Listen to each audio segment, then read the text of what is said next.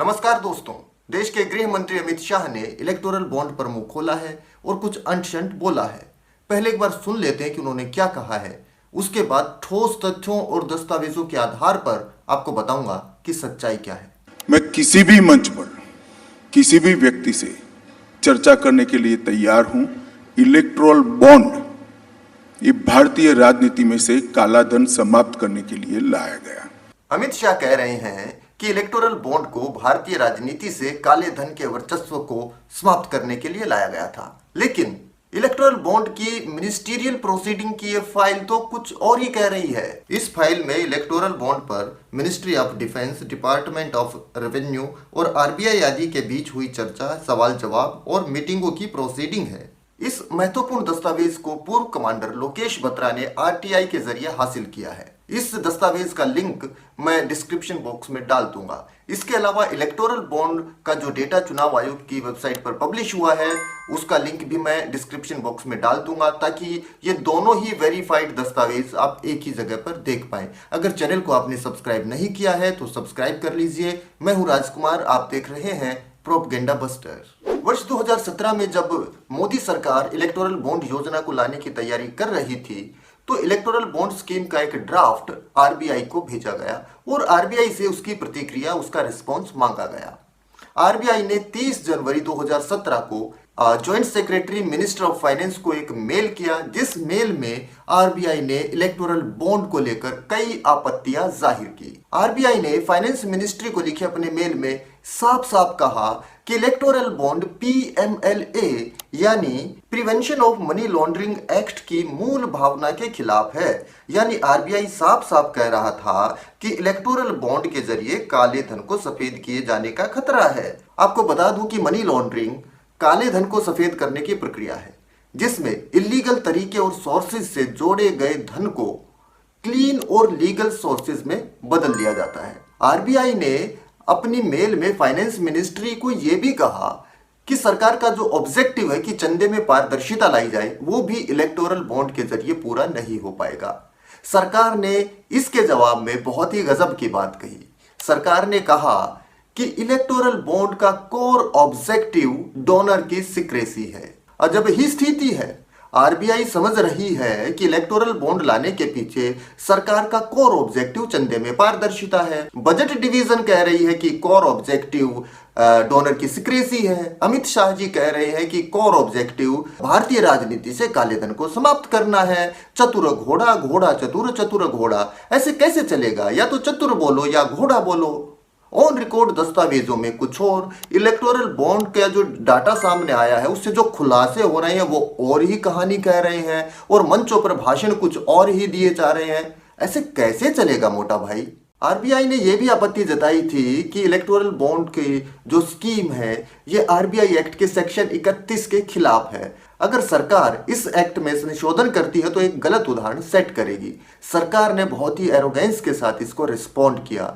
सरकार ने कहा कि पार्लियामेंट सुप्रीम है, वो आरबीआई एक्ट से लेकर गवर्नेंस से संबंधित सभी विषयों पर कानून बना सकती है और संशोधन कर सकती है। यहां मैं आपको बताना चाहूंगा कि ये सेक्शन 31 है क्या। असल में आरबीआई एक्ट के सेक्शन 31 के अनुसार करेंसी जारी करने का और कोई भी इस तरह के बॉन्ड या प्रपत्र जो करेंसी को जारी करते हैं, उसके बेयरर हैं, कैरी करते हैं, उसको जारी करने का अधिकार सिर्फ और सिर्फ आरबीआई को है। सरकार ने इसमें संशोधन किया और सेक्शन 31 में एक सबसेक्शन जोड़ा गया कि केंद्र सरकार किसी भी शेड्यूल्ड बैंक को इलेक्टोरल बॉन्ड जारी करने के लिए ऑथराइज कर सकती है। अब बात करते हैं सुप्रीम कोर्ट की। सुनवाई के दौरान सरकार ने सुप्रीम कोर्ट को भी यह तर्क दिया था कि कैश में चंदा दिया जाता है और ये काला धन होता है, इलेक्टोरल बॉन्ड के जरिए काले धन का वर्चस्व खत्म होगा। सुप्रीम कोर्ट ने अपनी बात कहते हुए कहा था कि ऐसा मानना कि जो कैश में चंदा दिया जाता है वो सारा काला ही धन होता है, ऐसा मानना बिल्कुल गलत है। काले धन को रोकने के लिए और भी तरीके हैं, इलेक्टोरल बॉन्ड ही एकमात्र तरीका नहीं है। अब ये समझते हैं कि क्या इलेक्टोरल बॉन्ड का जो विवरण सामने आया है, जो डिटेल्स आई हैं, उससे काले धन की तरफ कोई इशारा मिलता है? मैं आपके साथ कुछ कंपनियों के नाम साझा करना चाहता हूं जिनका प्रॉफिट कम है और उन्होंने अपने प्रॉफिट से कई गुना ज्यादा इलेक्टोरल बॉन्ड के जरिए चंदा दिया है। कुछ ऐसी कंपनियां भी जिन्हें घाटा हुआ है लेकिन चंदा करोड़ों में दिया है, यानी आमदनी चवन्नी और चंदा करोड़ों। भारतीय एयरटेल लिमिटेड को 26,170 करोड़ का घाटा हुआ। इस कंपनी ने 55 करोड़ का चंदा दिया है। नवयुग इंजीनियरिंग कंपनी लिमिटेड को 495 करोड़ का घाटा हुआ है। इस कंपनी ने 55 करोड़ का चंदा दिया है। Keventer food park infra private limited का मुनाफा 12 लाख है। इस कंपनी ने 195 करोड़ चंदा दिया है। मदन लाल लिमिटेड का मुनाफा 13 करोड़ है। इस कंपनी ने 185 करोड़ का चंदा दिया है। चेन्नई ग्रीनवुड प्राइवेट लिमिटेड का मुनाफा 36 करोड़ है। इसने 105 करोड़ का चंदा दिया है। क्विक सप्लाई चेन लिमिटेड का मुनाफा 109 करोड़ है। इस कंपनी ने 140 करोड़ का चंदा दिया है। इन्फोटेल इन टेक्नोलॉजी प्राइवेट लिमिटेड का मुनाफा 1 करोड़ है। इस कंपनी ने 10 करोड़ का चंदा दिया है। क्विंट की पत्रकार वर्षा शर्मा और आकृति हांडा ने अपनी रिपोर्ट में बताया है कि इस तरह की 15 कंपनियां हैं जिन्होंने अपने मुनाफे से ज्यादा या फिर घाटे के बावजूद करोड़ों के बॉन्ड खरीदे हैं।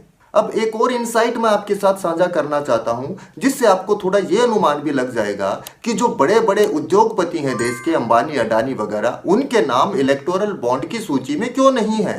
शिवम शंकर सिंह ने इलेक्टोरल बॉन्ड और काले धन के बारे में दिलचस्प बात कही है।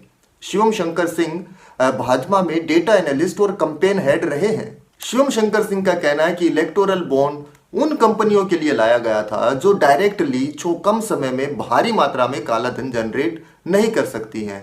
खासतौर पर उन कंपनियों के लिए जो सरकार से ठेका लेती है, तो पैसा सीधा खाते में आता है। मान लीजिए अगर 1000 करोड़ का ठेका कंपनी ने लिया है सरकार से, तो उसे 200 करोड़ भी अगर निकालना हुआ कैश तो काफी मुश्किल होगी। तो यही कारण वो बता रहे हैं कि जो बड़े बड़े उद्योगपति हैं, अंबानी अडानी वगैरह, उनके नाम इलेक्टोरल बॉन्ड डोनर लिस्ट में नहीं है, क्योंकि ये योजना उनके लिए लाई ही नहीं गई थी। दोस्तों, मैंने बहुत सारी जानकारियां और इनसाइट्स तथ्यों के साथ आपके सामने रख दी है।